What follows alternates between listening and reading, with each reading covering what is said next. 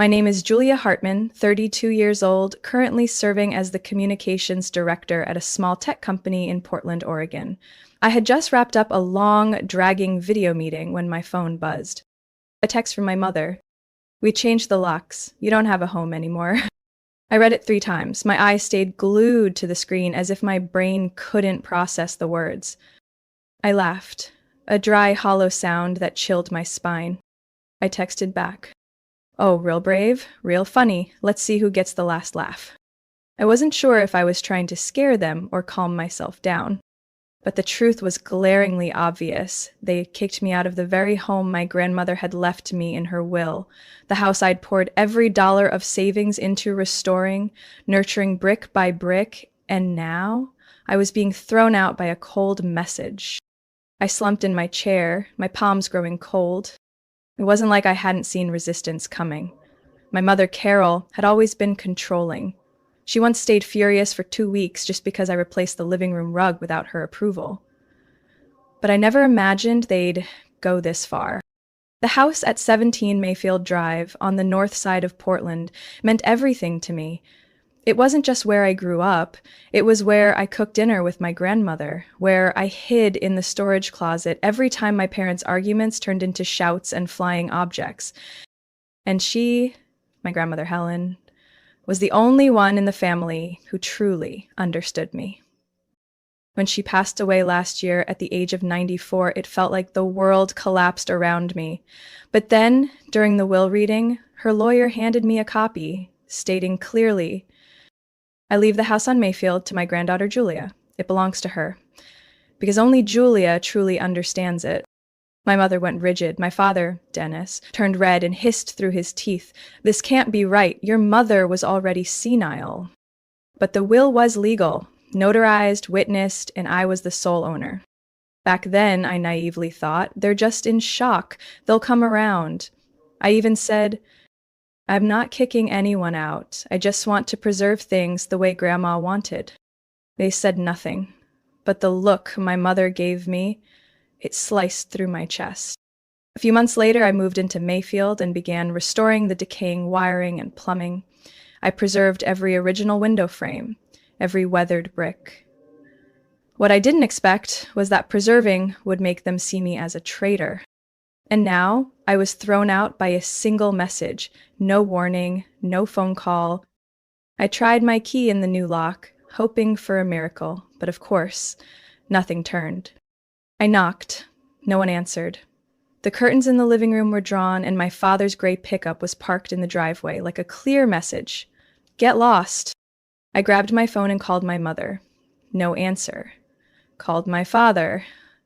Voicemail. I was about to call my brother, Ryan, when the next text popped up. "Don't cause trouble, Julia. This is for the good of the whole family." The good of the whole family? What about me? What am I in this whole family? A stranger? A piece of furniture they can toss out when it no longer fits? I sat down on the steps, staring at the wooden door where my grandmother's hand once rested every morning before heading out to the garden. My heart was racing to the point of pain. I had never felt so displaced. Betrayal doesn't hit like a lightning bolt. It doesn't shock. It spreads like a slow freeze, numbing everything until you hear something cracking softly inside your chest. I pulled out my phone and texted the only person who could save me now. "Leah, they kicked me out, changed the locks. My stuff's outside. I don't know what to do." Leah replied with just 2 words, "On my way." I still remember the day of the will reading clearly. It took place in a small conference room on the 3rd floor of Wexler and Haynes law offices during a light, rainy afternoon. The windows were speckled with droplets, and wind rattled the flagpole outside the building. The attorney was Mrs. Lorraine Wexler, in her 60s, with neatly pinned silver hair and sharp eyes that seemed to read through every mask worn by the people across from her. My parents, Carol and Dennis, sat on either side of the table, their coats still damp from the rain, faces rigid like they were attending a board meeting, not hearing a loved one's final wishes. My younger brother Ryan, then 27, sat quietly next to me, absently twisting the silver ring on his thumb. "The last will and testament of Mrs. Helen June Hartman," Mrs. Wexler began, her voice clear. "Dated December 3rd of last year, notarized in Multnomah County, Oregon." I held my breath. Mrs. Helen bequeathed full ownership of the property at 17 Mayfield Drive, including all possessions inside, to her granddaughter Julia Hartman. Silence blanketed the room. I heard my mother yank her purse strap sharply. My father turned to Mrs. Wexler. "Excuse me, but is there a mistake here?" His voice dropped, cold and hard. "My mother always said the house would be divided equally among the children. She'd never give it all to just one." Mrs. Wexler nodded gently. "I understand your concern, but this is the original, signed will. It includes a handwritten letter addressed specifically to Miss Julia, explaining her decision." I took the letter with trembling hands. The slanted handwriting was careful and familiar, just like the holiday cards she used to send when I was a child. "Dearest Julia, if you're reading this, I'm gone. I want you to know this house isn't just property. It's memory. It holds the soul of 3 generations. You were the only one who ever truly listened. You asked about every scratch in the hardwood, every faded patch of paint in the kitchen. You saw what others overlook. I believe only you will keep this place a home." I folded the letter, my eyes stinging. My mother muttered, just loud enough for everyone to hear, "This is ridiculous. That girl can't even manage an old house. She doesn't know how to change a fuse." I didn't respond. I didn't need to. Because I knew my grandmother understood me better than anyone else in that room. She knew I didn't see the house as a financial asset. I saw it as the place where I learned to bake apple pie, where she played the radio every Sunday morning, where I hid inside the closet whenever my parents fought. After the reading, I didn't drive straight home. I sat in my car for almost an hour, watching the rain trail down the windshield. I wasn't hesitating. I just knew. From that moment on, peace would no longer be part of my life. And I was right. 2 weeks later, my mother started calling nonstop, asking about my plans to renovate and sell as soon as possible. "I'm not selling," I said flatly. "Julia, don't be selfish. Your father and I planned our retirement around the proceeds from that house." "But it was Grandma's house, and now it's mine." She went silent for a moment, then hung up. From that point forward, they stopped speaking with words, only through actions. The look my mother gave me whenever she visited, as if I were an intruder. My father avoided the house entirely. Ryan stayed neutral, texting now and then, but going quiet when I needed him most. Though I tried to keep the family ties intact, I didn't want to cut them off. I opened the house for holidays, invited them to dinner, cooked my mother's favorite dishes, baked my father's preferred desserts, and they came. But there was no laughter, no gratitude, just cold glances and silences that stretched longer than the meals. I still remember the day I hammered in the first nail to hang Grandma Helen's portrait, the one where she's smiling, holding a bouquet of lavender from the backyard. I stood and looked at it for a long time. "I'll keep my promise, Grandma," I whispered. "I won't let anyone turn this place into a check." I had no idea that just 1 year later, they would change the locks and force me out of that very place. No warning, no conversation, just a text message. I used to think they were just angry in the moment, that after a few months things would settle down, but I was wrong. Less than a week after the will reading, my mother started contacting law offices. I knew because a staff member from the notary office where Mrs. Wexler worked called me discreetly and mentioned they had received multiple requests for copies of the will. The requester? Carol Hartman, my mother. 3 weeks later, I received a thick envelope by mail labeled Urgent Legal Notice. Inside was a formal petition to reassess my grandmother's mental competency at the time the will was signed. The petitioners? Dennis and Carol Hartman. The reason? Signs of cognitive decline, irregular behavior, and undue influence by the granddaughter. I couldn't believe my eyes. They weren't just disrespecting my grandmother's wishes, they were smearing the memory of the woman I loved most in the world. I called my mom immediately. She didn't deny it. Her voice came through cold and firm. I did what needed to be done, Julia. That house is part of the family, not your personal possession. Grandma left it to me. I didn't force anything. She wrote the will herself. There were witnesses. It was notarized. Back then, we didn't know how sick she really was. It's obvious she wasn't thinking straight. Who ignores her own children to hand a house over to someone who doesn't even know how to manage property? You're talking about me like I'm a stranger. She paused, then spoke again, quieter but sharper. No one thinks you deserve that house, Julia. It wasn't meant for someone selfish. I hung up.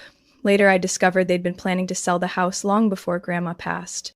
A longtime neighbor, Mr. Larry, who used to work in roofing, told me he'd seen a group of people in suits surveying the property late last year. When he asked, my mother told him, just planning for the future. They had started negotiating with a real estate development firm while Grandma was still alive. They weren't shocked by the will, they were shocked they lost their payday. That's when I realized I was in a fight, and no one was on my side. My brother Ryan tried to remain neutral. He'd always been good at staying out of things. When I asked directly, "Do you know what they're doing?" Ryan lowered his eyes. "I'm not involved. But if you gave it up, maybe things wouldn't be so tense." I laughed, a bitter, choking laugh. "You think this is just tension? They're trampling on Grandma's final wishes. Legally, this is my property." Ryan said nothing. He just slowly pulled his hand away from mine.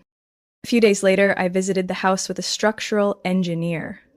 I wanted to assess the foundation before remodeling the kitchen, but when I arrived, my father's car was already parked in the driveway. He stood there, arms crossed, eyes burning into mine. "I won't allow you to make any changes to this house. This is my property. I have every right to renovate it however I choose. You don't deserve it. You don't understand the value of this place. If your mom had known that old woman wrote the will that way, she would have stopped it." "That old woman? You're talking about your own mother." She wasn't in her right mind. Everyone knows it. I froze. I didn't recognize the man standing in front of me anymore. This wasn't the father who taught me to ride a bike or took me camping in elementary school. He was a stranger, one willing to destroy everything for the value of a house. That night, I got an email from a company called Cascade Urban Partners. The message? An offer to negotiate the purchase of 17 Mayfield for $1.4 million. No one outside my family had access to the email address I used for real estate. Opened a new Word document and typed the heading Portland Real Estate Attorney. I knew if I didn't act fast, they wouldn't just take the house back. They'd erase every trace of my grandmother from that land. I had just landed at Seattle-Tacoma International Airport, wrapping up a 3-day business trip with a major client in the renewable energy sector. Everything had gone better than expected.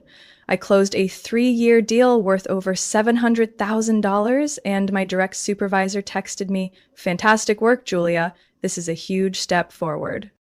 I was tired but relieved. All I wanted was to go home, the home my grandmother kept warm for over half a century. The place where I was finally starting to feel safe again after all the psychological blows from my own parents. I texted Leah as soon as I left baggage claim. "On my way back, let's bake to celebrate the contract this weekend." Then I called a ride. Light rain in Portland. I loved the sound of rain on the windshield. It was like music clearing the path for peace. Until I put the key into the front door. It wouldn't turn. I tried again. Stepped back and looked closely. A new lock. One I'd never seen before. I stood frozen under the porch, hands still on my roller bag, my mind completely blank for a few seconds. It didn't feel like anger. It didn't feel like shock. It felt like being broken, a cold twist rising from my stomach to my throat. I pulled out my phone, called my mom, no answer. Called my dad, line busy. Just as I was about to call Ryan, a message from my mom appeared. "Don't bother calling. The locks have been changed. You don't live there anymore." I stood there in the rain. The screen of my phone streaked with water, but the words were clear, each one sharp as a blade. I started shaking, not from the cold. No warning, no legal notice, not a single conversation since our last fight about the Cascade Urban offer. Just I pulled my suitcase around to the back, toward the wooden gate that usually swung open, but it had been padlocked, a brand new chain gleaming in the drizzle. And then I saw them. 3 giant black trash bags, shoved under the rear awning beside the pile of dry autumn leaves my grandmother used to gather every fall. I knelt down, opened the first bag. Underwear, t-shirts, a few shoes tossed in haphazardly, some still caked in dirt like they'd been thrown across the yard. The second bag, toiletries, a toothbrush, a half-used serum bottle cracked and smeared. The last one, a broken family photo frame, the hand-knit cardigan Grandma made when I was in college, and the leather-bound notebook she used to record the home's history. Its spine torn, the front cover bent in half like someone had stepped on it. I dropped to the ground, clutching all 3 bags as if they were the last dying fragments of a memory. What hurt most wasn't the changed locks. It was how they tossed me out like a freeloader with no worth. I called Leia. My voice was hoarse, but I held steady. They did it, changed the locks, threw my stuff out like garbage. Say no more, I'm coming right now. While I waited, a sudden thought hit me. Where were the important things? I checked the bags carefully. Not there. The wooden box with all my personal documents, passport, birth certificate, the copy of the will, the bracelet Grandma gave me, engraved. Helen to Julia, keep going. The USB drive with her reading poetry and bedtime stories to me as a child. All gone. When Leah arrived, she said nothing, just opened the trunk and helped load the bags. Her face was pale, but her eyes blazed. You're not staying here another night. You're coming home with me. We'll see a lawyer first thing tomorrow. I couldn't say a word. I was drained. That night, lying on Leah's couch in the dark, I didn't feel angry. I didn't feel hurt. I felt only one thing left: resolve. The next morning, I walked into the law office with a mix of exhaustion and tension, stretched thin like wire. Leah came with me, holding 2 lattes. One for her, one for me. Unsweetened, extra ice, just the way I like it. The building was in the Pearl District, with a red brick front, tall glass doors, and a sign that read, Amber Doyle, Attorney at Law. I found her name on a legal forum for victims of illegal eviction, with dozens of reviews calling her someone who doesn't flinch at any system. Amber looked around 40, with short black hair, sharp features, and icy gray eyes. She greeted me with a firm handshake and a gaze that seemed to read my state of mind before I even spoke a word. Julia Hartman, please come in. We sat in a small meeting room, the walls lined with awards and framed court victories. No flowers, no family photos, just pure performance. I told her everything, every detail, from the will reading to the moment I found my belongings dumped near the pile of dried leaves. I handed over a copy of the will, photos of the discarded items, the message from my mother, and a list of the missing valuables. Amber didn't interrupt once. She just nodded and occasionally jotted down notes with a fountain pen, underlining phrases like no court order, notarized will, and missing personal property. When I finished, she leaned back in her chair. Your parents changing the locks, dumping your belongings, and holding your personal documents counts as an illegal eviction, especially severe since you're the legal property owner under a notarized will. I nodded. I knew that much. What I wanted to know was what I could do. I'll file an emergency injunction with Multnomah County to restore access to your property. At the same time, I'll file a civil lawsuit for damages due to unlawful eviction, property withholding, and emotional distress. Can they counterclaim? I asked. They can try, but Oregon law prohibits self-help eviction, even within families. Locking you out without going through legal channels was completely unlawful. Leah, sitting beside me, gave my hand a quiet squeeze under the table. Amber went on, I'll also request the police open an investigation into the unlawful withholding of personal documents. If they submit false reports or try to blame you, we'll use their own messages as counter-evidence." I was quiet for a few seconds. A question slipped out before I could even think. "Can I win?" Amber looked up, eyes steady. "I don't take cases I don't believe I can win." I signed the service agreement that same morning. 2 days later, the complaint was filed with the court. The materials included a notarized will with my name, photos of the house, the new lock, and trash bags containing personal belongings, a text message from my mother, a list of missing items, including those with emotional and legal significance, a technical report from a contractor confirming I alone paid for all renovations. 3 days after that, I received notice. An emergency hearing was scheduled for the following Monday, and just when I was preparing mentally for court, something unexpected happened. I got a call from the Portland police. "Miss Julia Hartman?" "Speaking." "We'd like to speak with you regarding a theft report tied to the property on Mayfield Street.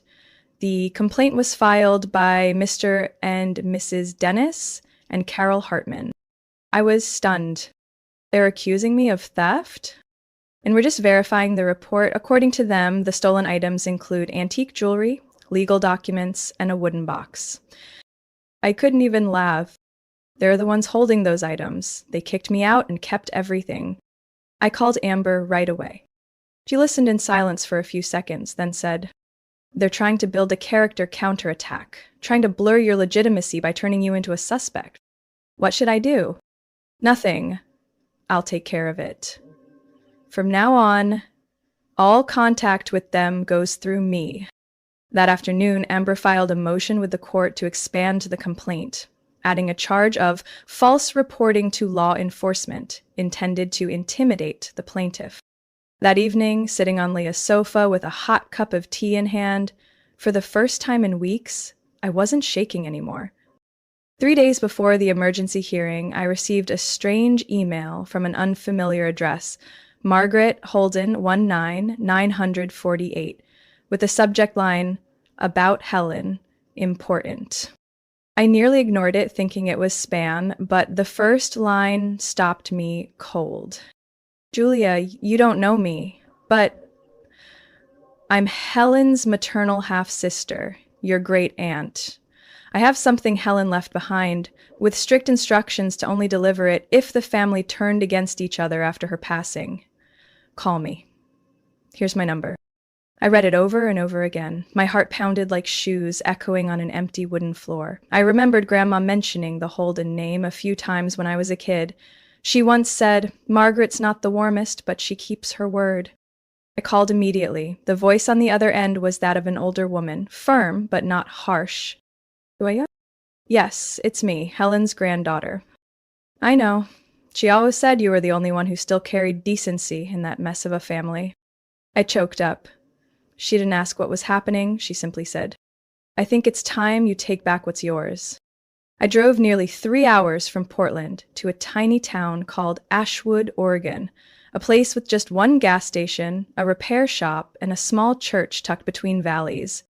Margaret greeted me on the front porch, slim frame, gray cardigan, eyes darker than the overcast highland sky.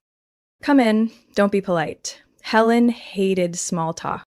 The house smelled of cinnamon and dry pine wood. She led me into the living room, pulled out a hidden drawer behind an oak cabinet, and retrieved a thick envelope sealed with red wax. She left this 1 month before she passed, told me if Julia ever gets pushed around, give it to her personally. I didn't think it would come to this. I opened the envelope with trembling hands. Inside were a handwritten letter spanning more than 3 pages, clearly dated, a printed email exchange between my parents and a real estate development firm called Norwest Structures, a blue USB stick labeled, "If they deny it, open this." I read the letter first. Her script was the same elegant slant I'd seen on Christmas cards. "Dearest Julia, if you're holding this letter, then things have played out just as I feared. Your mother and father have been pressuring me for over a year now to sell the house. They've called me a burden. At one point, they even suggested sending me to a care facility in Tigard so they could better manage the property. I refused. That same night, there was a huge fight in the kitchen. Dennis slammed a glass on the floor. I recorded it, just in case I needed to prove I was in full control of my faculties when I wrote the will. This house belongs to you, Julia, not out of favoritism, but because you understand better than anyone. This isn't just real estate, this is history. I couldn't hold back the tears. Aunt Margaret handed me a tissue in silence. I opened the USB using her laptop. On it was a nearly 8-minute-long audio recording. My grandmother's voice, clear and firm, rang out. I, Helen June Hartman, am of sound mind and fully aware of my actions. If anyone, including my daughter Carol, claims I was mentally unfit, please listen to this recording. Then came the arguing. My mother, you have no idea what I've done all these years to keep this house running. It's time to split things evenly. My father, we already have a buyer, Helen. You just need to agree, and it's done. My grandmother, I don't agree. And if either of you pushes me again, I'll call a lawyer immediately. At the end of the recording came her breath, sharp, then soft, as she whispered, I know they won't stop, but Julia will stand firm. I turned to Aunt Margaret. She nodded once. Now you know how much she believed in you. Let them see who they underestimated. I hugged her tightly before heading back into the night. There was no fear in me anymore. The next morning, I brought everything to Amber's office. She held the recorder, played it all the way through without saying a word. Then she turned to me, her voice steely. They just dug their own grave. Amber opened her laptop and started typing. We're not just protecting your ownership now, Julia. We're holding them accountable for deceit, intimidation, and slandering the memory of the deceased. I sat down, mentally buckled in. The real battle had begun. The day of the hearing, Portland's sky was gray and cold, as if the universe itself was holding its breath with me. I wore a navy long-sleeved dress, my hair tied low, face lightly made up, but resolute. Amber told me I had to look put together enough to inspire confidence, but tired enough to prove I'd been hurt. Multnomah County Court sat on 5th Avenue, right near Chapman Square. I arrived 10 minutes early. As I entered the courtroom, I saw them sitting there. My father in a worn-out suit, face flushed with bottled-up rage. My mother in a beige blazer, clutching her handbag tightly, eyes avoiding mine. Sitting beside them was a gray-haired man in a black suit, expressionless. That was their attorney, Paul Ferris, known around here as the sledgehammer in inheritance disputes. We sat across from them. Amber didn't look the least bit worried. She opened her laptop, pulled out a thick file, and placed it neatly on the table. The judge was Judith Thompson, in her early 60s, stern face, pen in hand, and clearly didn't need anyone to remind her of the case details. The hearing began. Paul Ferris started with a polished tone. Your Honor, my clients only wish to preserve the value of the home, a legacy of the Hartman family, and prevent it from being commercialized. They believe Miss Julia was emotionally influenced by Miss Helen in her old age and that the will was improperly swayed. Amber didn't respond immediately. She waited for him to finish, then stood, composed and sharp. Your Honor, these are nothing more than assumptions.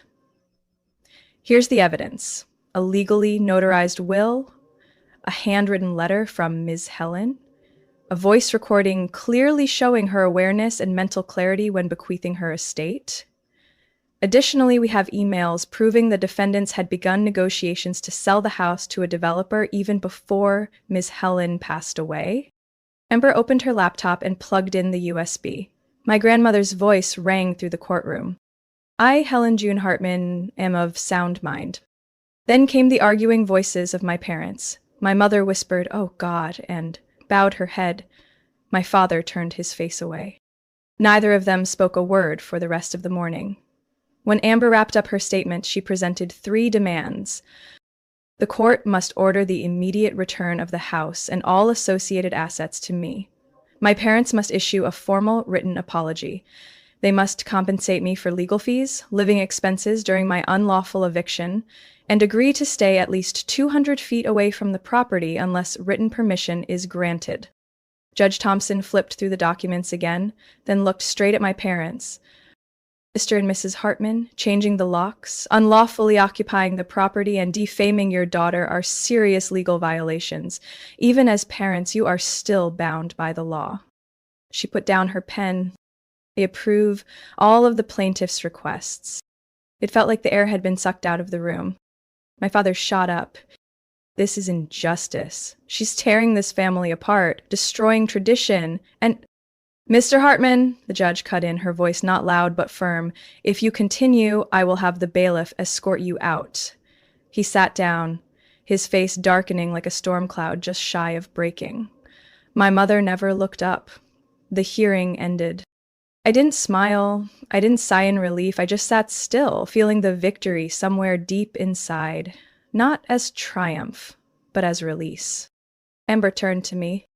We'll get the official judgment in writing within 48 hours, but from now on the house is yours, legally and indisputably. 2 days later, I returned to number 17 Mayfield with Leah, a locksmith, and a sheriff's deputy. The house had been nearly stripped, my grandmother's paintings were gone, the antique tea set from the glass cabinet was missing. I walked to her room, opened the old wooden dresser where she used to hide her letters, and it took me nearly 3 weeks to restore the Mayfield house after everything they left behind. Peeling walls, unhinged cabinets, even the washing machine hose was pulled out, leaving stagnant water inside. But I didn't complain. I saw it as a ritual of cleansing. Leah and 2 friends from her interior design group volunteered to help. We repainted the living room walls in a warm cream color and replaced all the lights with vintage-style glass fixtures. I didn't try to make everything the way it used to be. I only kept what carried her spirit, the grandfather clock, the oval wood frame with a pewter edge, and her beloved 3-legged tea table. The old dining room was converted into a gallery space. Natural morning light poured through the large window onto the exposed brick wall. I named the space the Hartman Room, a way to continue the story my grandmother had lived and defended. I didn't open the gallery for money. I opened it because I needed to prove that memory doesn't need to be bought or sold to survive. 3 months later, I held the first opening, a photo exhibition by local photographers centered on the theme family and distance. I still remember the feeling of standing in that crowded room, Prosecco glass in hand, looking at the evenly spaced black and white photos on the brick walls and thinking, I've truly come back. Ryan came too. I hadn't invited him, but Leah said maybe I should have. When he walked in, holding a small picture frame, his eyes still held that boyish look I used to comfort when our parents scolded him unfairly. I found this in the old basement storage under our parents' house, Ryan said softly. It's a photo of Grandma watering the garden on her 80th birthday. I took the frame. The wood edges were worn, but the light on her face still glowed. I didn't agree with what they did, Julia, but I stayed silent too long, I'm sorry. I looked at my younger brother. I wasn't angry anymore, but I wasn't ready to forgive. Grandma knew who she trusted, and now I do too. I nodded. No hug, no tears, but inside something unlocked. Since the first exhibition, the gallery has been open 3 days a week, from Friday through Sunday. I invite artists from Oregon and Washington, those who've never had the chance to show in big city venues. People from the neighborhood, once hesitant, now visit regularly. An old lady who lives at the corner of Magnolia Street told me, Your mom must be proud. I just smiled and gently replied, It's my grandmother, and yes, I believe she is. My full-time job at the media company continues, but now I approach it differently. I no longer need to prove my worth to bosses or coworkers. I just need to stay true to myself. My parents remain silent, just as the court ruling stated. They've never returned to Mayfield. Every year my mother sends a birthday card, on the exact day with the correct name, no extra words. I keep them, not for forgiveness, but to remember boundaries. And Aunt Margaret, the one I never knew, has become someone I call at least twice a month, She often tells me stories about Helen's younger days, how she dropped out of school for a year to pursue photography, how she almost ran away with a lover before meeting my grandfather. These pieces of memory, small as they seem, help me understand her differently, not just as the stern grandmother, but as a woman who had been brave, romantic, defeated, and still chose to love. That winter, I hung the largest photo at the center of the gallery. My grandmother sitting in a wicker chair on the porch, sunlight spilling over her silver hair, her gaze resting on me, the 16-year-old behind the camera, just after an argument with my mother. Below the photo, a caption reads, "Some homes are not built from bricks, but from trust." I stand in front of that photo at the end of every exhibit, alone, and I always whisper, "You were right." And I didn't back down.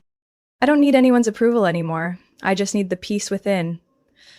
And I've found it in the very place that was once taken from me, the very place that once betrayed me, the very place where I stood up and said, "This is mine, and I will not let anyone take it away." Julia's story is proof that sometimes the ones closest to us are the ones who hurt us the most. But from that pain, we learn to stand up, set boundaries, and protect our self-worth. In real life, no one has the right to take what we rightfully deserve just because they're called family. When we dare to say no to injustice, even when it comes from our own blood, we don't just reclaim our property, we reclaim control over our lives. What do you think about Julia's journey? Would you have the strength to stand your ground in her place? Share your thoughts in the comments, and don't forget to follow the channel for more powerful and heartfelt family stories.